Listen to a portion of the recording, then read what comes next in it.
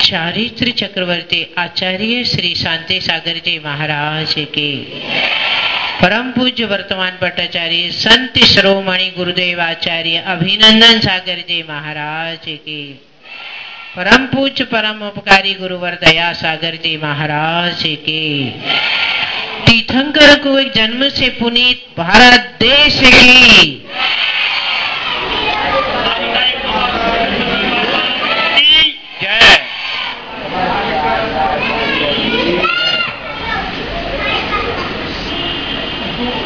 कोई पर्व होता है, कुछ लोग खुश रहते हैं, कुछ पारिवारिक पर्व होते हैं, एक परिवार खुश रहता है, कुछ सामाजिक पर्व होते हैं, पूरे समाज हर उल्लास मनाता है, कुछ व्यक्तिगत खुशी के क्षण होते हैं जहां वह दो ही व्यक्ति खुशी मनाते हैं। परंतु आज आप अपने सीने पर हाथ रख के पूछें कि आज पूरा भारत आनंदित है कि आज हम आजाद हुए थे। ये खुशी जाति, धर्म, देश, प्रदेश की सीमा से हटकर संपूर्ण भारत के लिए है। आज 60 साल का नहीं, 80 साल का बुढ़ा, वह भी चेहरे पर रौनक है, क्योंकि उसने देखी है परतंत्रता की स्थिति।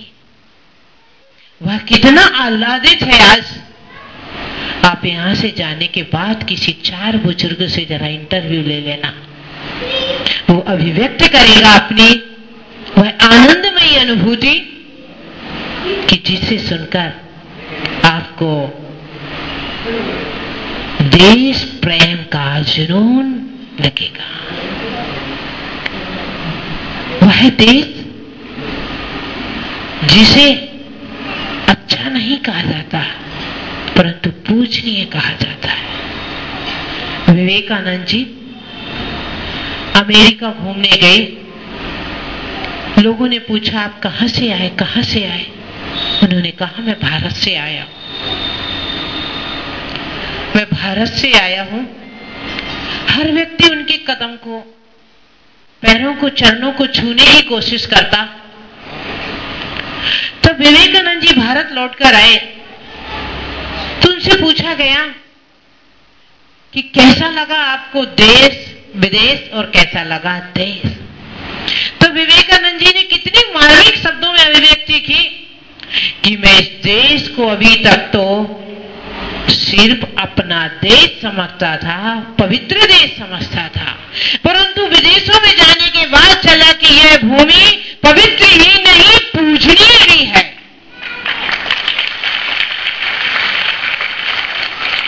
क्योंकि इस भूमि पर वैज्ञानिक उपकरणों की सुगंध नहीं है, बल्कि संतों की साधना की सुगंध है।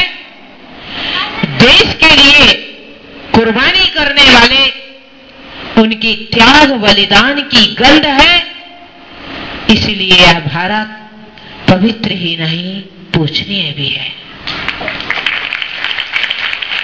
संतों ऋषि मुनियों ने इस भारत को पवित्र बनाया और देश पर, देश की रक्षा के लिए प्राणों की आहुति देने वाले, व्यक्तिगत जीवन में सुखों का परित्याग करने वाले इसे एक तीर्थ भगवान मानते हैं। विश्व को उठा के देख लीजिए, भारत के साथ मां शब्द लगा है।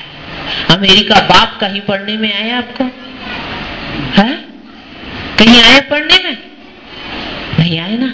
परंतु भारत माता, इस देश की महिमा गौरव इसी से व्यक्त हो जाती है कि किसी देश के सपूत ने, किसी देश के नागरिक ने अपने देश को मां कह के नहीं पुकारा है, परंतु भारत के सपूतों ने, भारत के नागरिकों ने इसे मां कह के पुकारा और इसकी चंदन को तिलक लगाया। आज मैं आपके भाग्य की सराहना करूंगी कि आप स्वतंत्र देश में जी रहे हैं और ऊंचाइयों को छूने के लिए लालायित हैं। आज हम देखते हैं कि भारत का एक एक कोना आनंद से, उल्लास से भरपूर है। यहां तक कि कहो कि हम साधु बन जाते हैं, सब कुछ छोड़ देते हैं, फिर भी आज की खुशी तो हमारे मन को भी छू जाती है। अभी पंडित जी कह रहे थे, माता जी मुझे अपना शिक्षण काल याद आ रहा हूं। मैं पंडित जी को कह रही थी, मेरे को भी याद आ रहा है। तो यह आजादी का जुनून क्यों है कि हमें देश से प्यार है। यदि देश से प्यार नहीं है, आप सोच लेने, आज यदि भारत में किसी कोने में यदि कहीं खुशी की लहर नहीं है, तो समझ लेना वह निश्चित गद्दार है, देश के प्रति विद्रोही है। और जो देश की खुशी में खुशी सम्मिलित हो रहा है, देश की खुशी को अपनी खुशी मान रहा है, अपनी खुशी को देश की खुशी मानता है, तो समझ लेना वह सच्चा भारतीय है।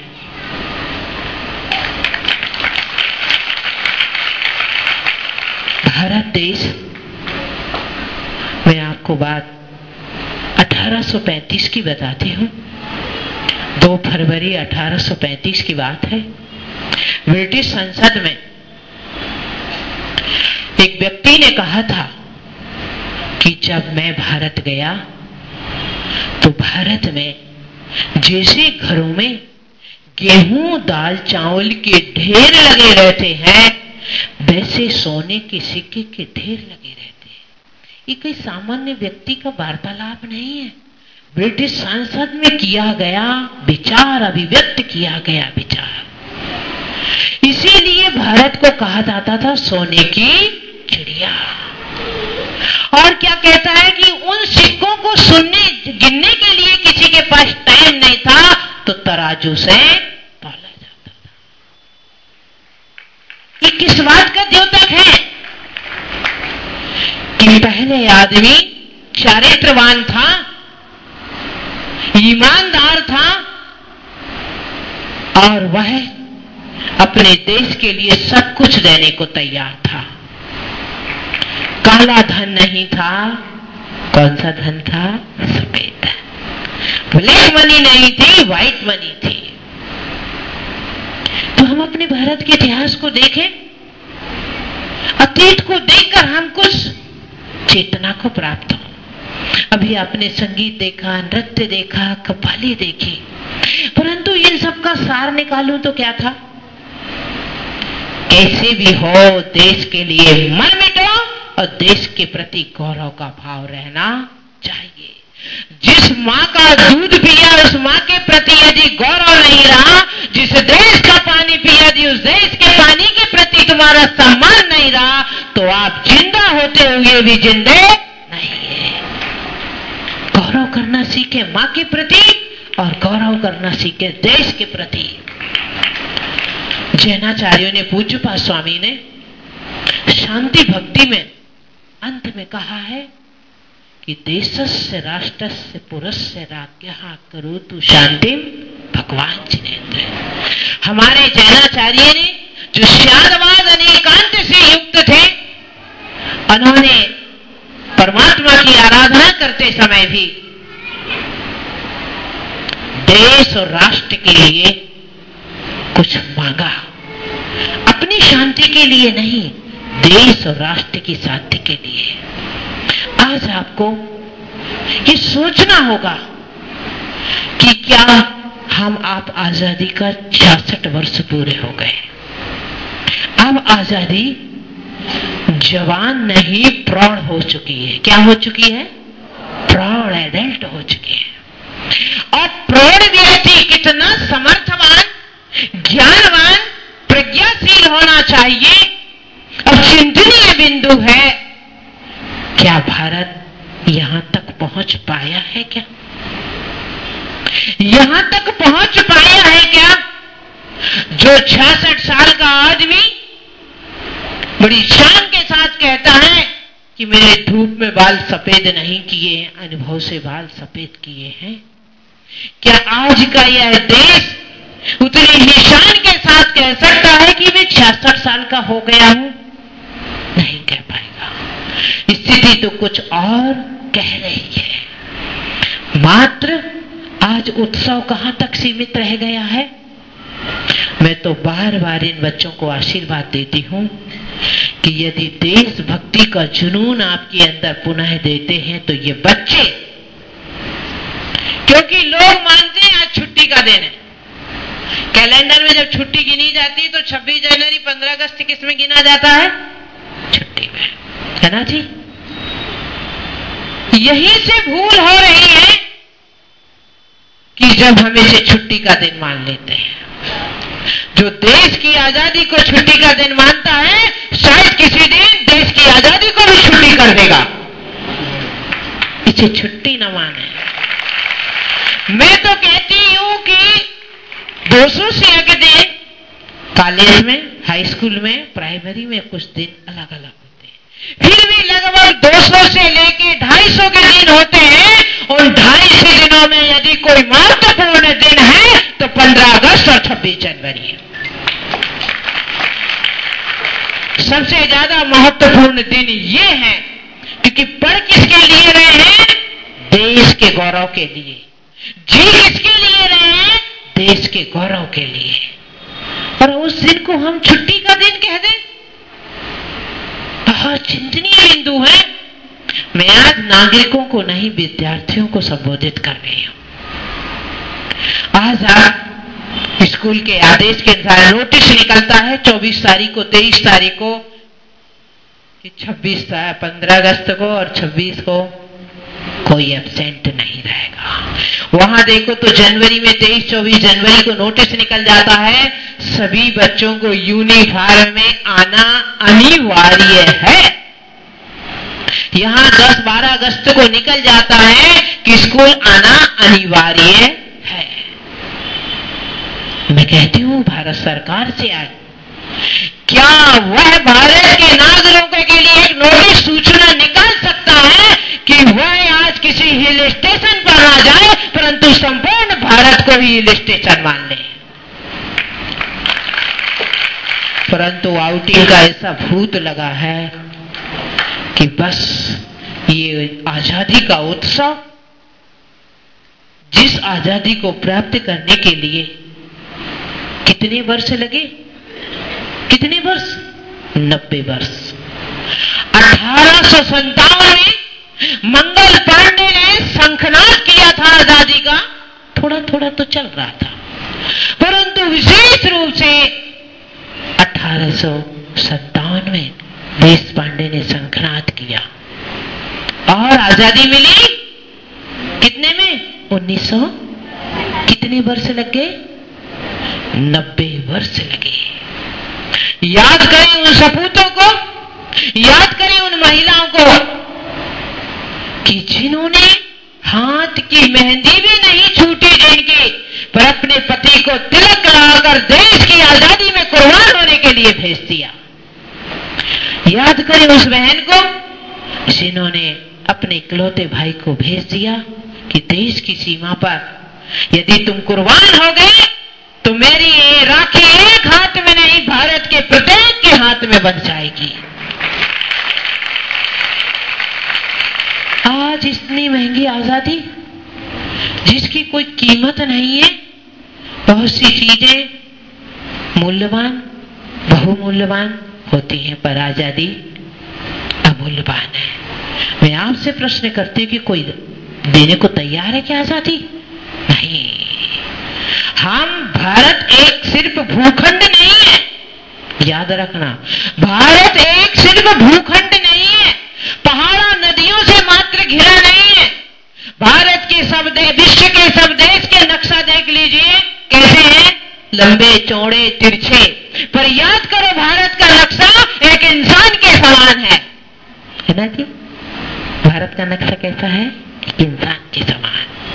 जिस देश का नक्शा मानव के समान होगा, उस देशवासियों में मानवता तो होनी ही चाहिए। प्रकृति ने हमें लोग बहुत कुछ संदेश दे रहे। तो यह एक एक टीचर बच्चों के बीच में बैठ जाए तो ज्यादा अच्छा रहेगा। तो इस देश की आजादी का उत्सव हम कैसे मनाते हैं? सिर्फ नेता, प्रशासनिक अधिकारी और बच्चे। नेता इसलिए जाता है वोट बैंक के लिए, प्रशासनिक अधिकारी जाता है कहीं मेरी न्यूज चली गई तो प्रमोशन रुक जाएगा, बच्चे इसलिए आते हैं अगर हम नहीं गए तो बेस्ट है, समझ जाइए। ये उत्सव मात्र मुट्ठी भर लोगों में सीमित हो गया है, मुट्ठी भर लोगों में। आज वही कारण है कि आप देख लीजिए, आज जयपुर की यदि गणना की जाए तो मेरे अनुमान से 50% लोग बाहर रहेंगे। नहीं, अपने पिताजी की सालगिरह, पिताजी की शादी की वर्षगांठ, खुद की शादी की सालगिरह कितने खुशी से मनाते हैं। क्यों? जो देश सुरक्षित नहीं है वह देश में रहने वाला मनुष्य भी सुरक्षित नहीं है। इस आजादी के जुनून को उत्पन्न करने के लिए देशवासियों ने कितना प्रयास किया था, क्योंकि ब्रिटिश गवर्नमेंट हमारे ऊपर हंटर लेके बैठी थी। आजादी तो दूर, आजादी की क्रांति ही जन्म नहीं लेना चाहिए। पर याद है, सबसे पहले महिलाओं ने कमल के फूल के साथ चपाती रोटी भेजी थी। जिस जिस गांव में रोटी भेजी गई उन्हें संकेत था कि तुम्हें आजादी के लिए कुछ न कुछ करना चाहिए। इसी प्रकार वैगन के फूल बिहार में भेजे गए। हाँ, कुछ क्योंकि बोल तो सकते नहीं थे, मुंह भी बंद था हमारा, तो बैगन के फूल बिहार में एक दूसरे को दिए गए। इनडायरेक्ट में संकेत था कि अब देश की आजादी के लिए कमर कस लीजिए। लाल कमल का फूल बंगाल में भेजा गया। एक दूसरे को जैसे आप गिफ्ट देते, रिटर्न गिफ्ट देते, ऐसे ही उन्हें दिया गया लाल कमल का फूल कि अब तुम क्रांति के लिए तैयार हो जाओ। अवध में अरहर के फूल एक दूसरे को दिए गए कि क्रांति के लिए तैयार हो जाए। भोजपुरी में सरसों के फूल दिए गए कि आप क्रांति के लिए तैयार हो जाएं। सोचिए, इस क्रांति की भावना को जन सामान्य में पहुंचाने के लिए कितने प्रयास किए। और इस क्रांति के काल में एक महिला ने अपने अभिव्यक्त की थी विचारधारा कि पति तो सरकारी कर्मचारी था, पति कैसे आजादी की बात करेगा, ब्रिटिश गवर्नमेंट का चमचा था।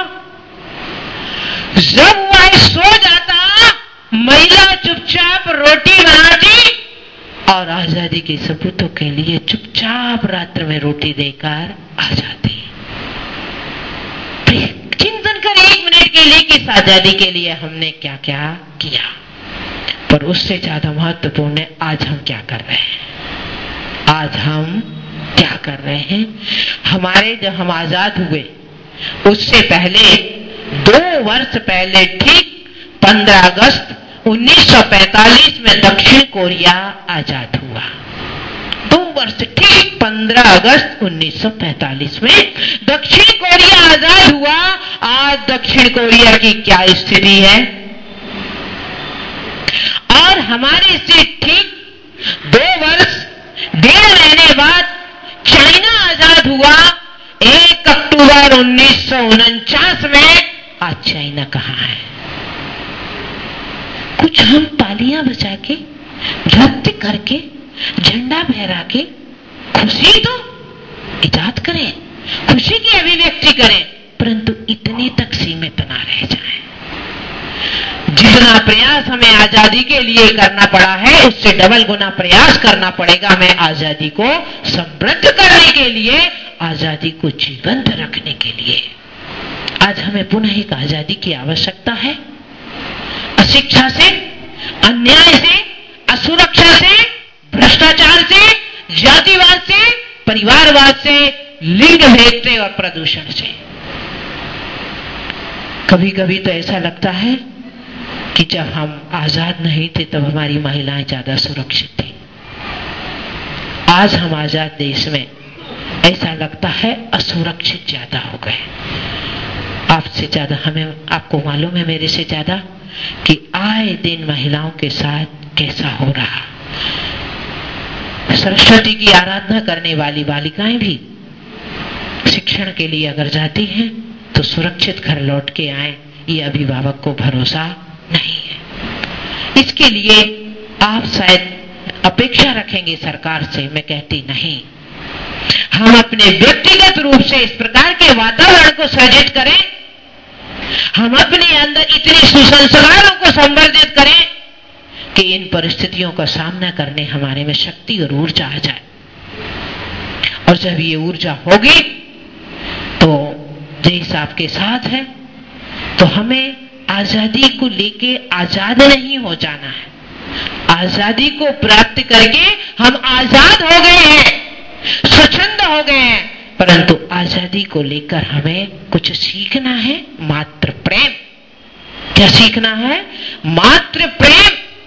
हमारे भारतीयों के प्रति प्रेम। सुभाष चंद्र बोस जब आप जैसे पढ़ते थे तो रोज लंच बॉक्स ले जाते। स्कूल के सामने एक बुजुर्ग महिला बैठी रहती थी, सब बच्चों से कहती मैं भूखी हूं, खाना दे दो। कोई भी बच्चा नहीं देता क्योंकि इतना ही तो था कि खुद का पेट भर जाए। परंतु सुभाष रोज अपने लंच बॉक्स का भोजन दे देता उस वृद्ध महिला को। पूरा अध्ययन करके घर चला जाता। कितने दिन? 1-2 दिन नहीं, 6 महीने व्यतीत हो गए। और वो जो महिला कौन थी सुभाष को नहीं मालूम। सुभाष को दोनों एक दूसरे से अपरिचित।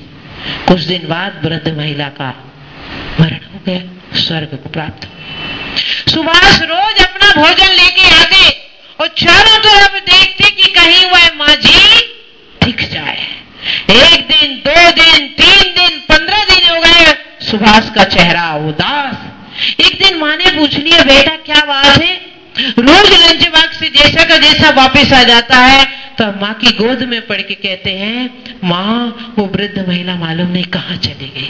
फिर माँ को पूरी बात सुना देते हैं। वह सुभाष की माँ आनंद के आंसू भर की आंखों में कहती है कि मुझे नाज है अपने ऐसे बेटे पर जो एक अपने भारती के प्रति इतना समर्पित है, एक अपरिचित के प्रति भी इतना समर्पित है। स्कूलों में अधिकांश से लिखा रहता है ज्ञानार्थ आइए, सेवार्थ चाहिए, लिखा रहता ना स्कूल के दोनों साइड।